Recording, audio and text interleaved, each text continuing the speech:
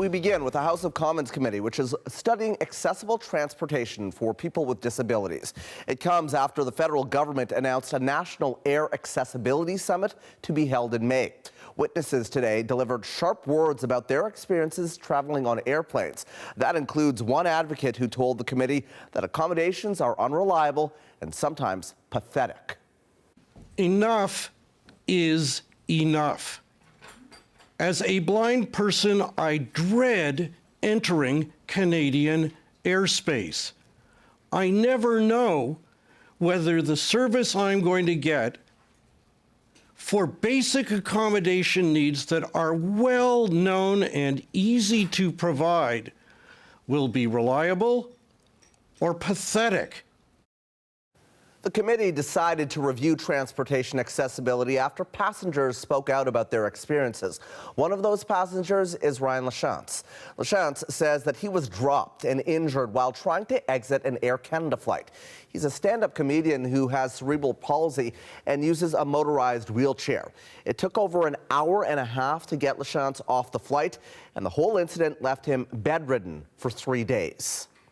Situations like these are what prompted the government to call that summit on air travel accessibility, along with reporting by our colleagues at Marketplace. Ryan Lachance joins me now. So, Ryan, thank you for joining us here. First off, I want to get your reaction to the fact that the feds have now called for a National Air Accessibility Summit. Thank you for having me, first of all, and my reaction to that is it's about time. I have to travel for work all the time, being that I travel throughout our beautiful country and perform all over the place. And every time I have to travel, I hold my breath and I wonder, one, am I going to get injured? Or two, is any of my equipment going to be broken or misplaced or something like that? So the fact that they're being held accountable is a wonderful thing. So, what do you make that it has taken this long for a summit like this to be held? We had to hear story after story from people in your situation. We traveled with Marketplace with a woman, Alessia Di Virgilio, who had a lift that hit her in the head. There are other stories about people having to drag themselves off the plane.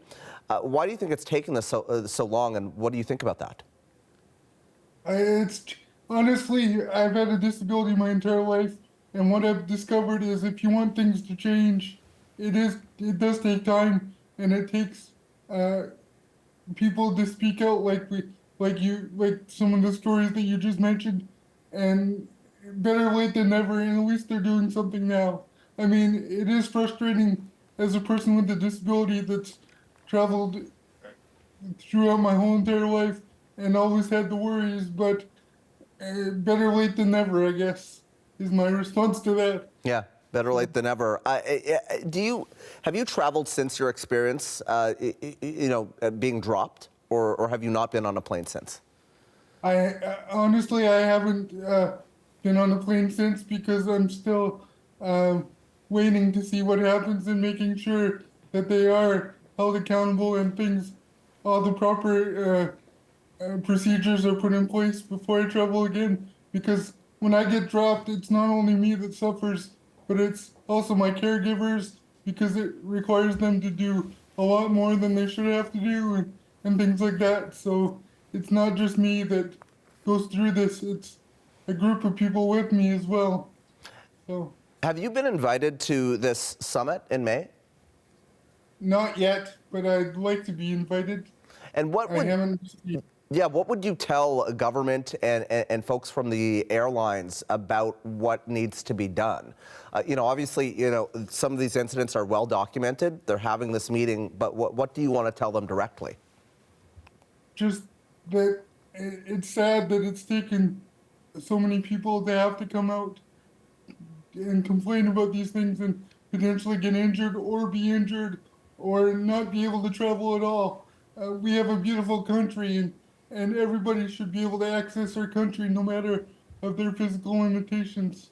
So, Well, one of the things that we have heard, Ryan, folks say is that it would be easier if the wheelchair was allowed on the plane. Tell me how that would change the flying experience if you were allowed to take your motorized wheelchair onto the plane with you.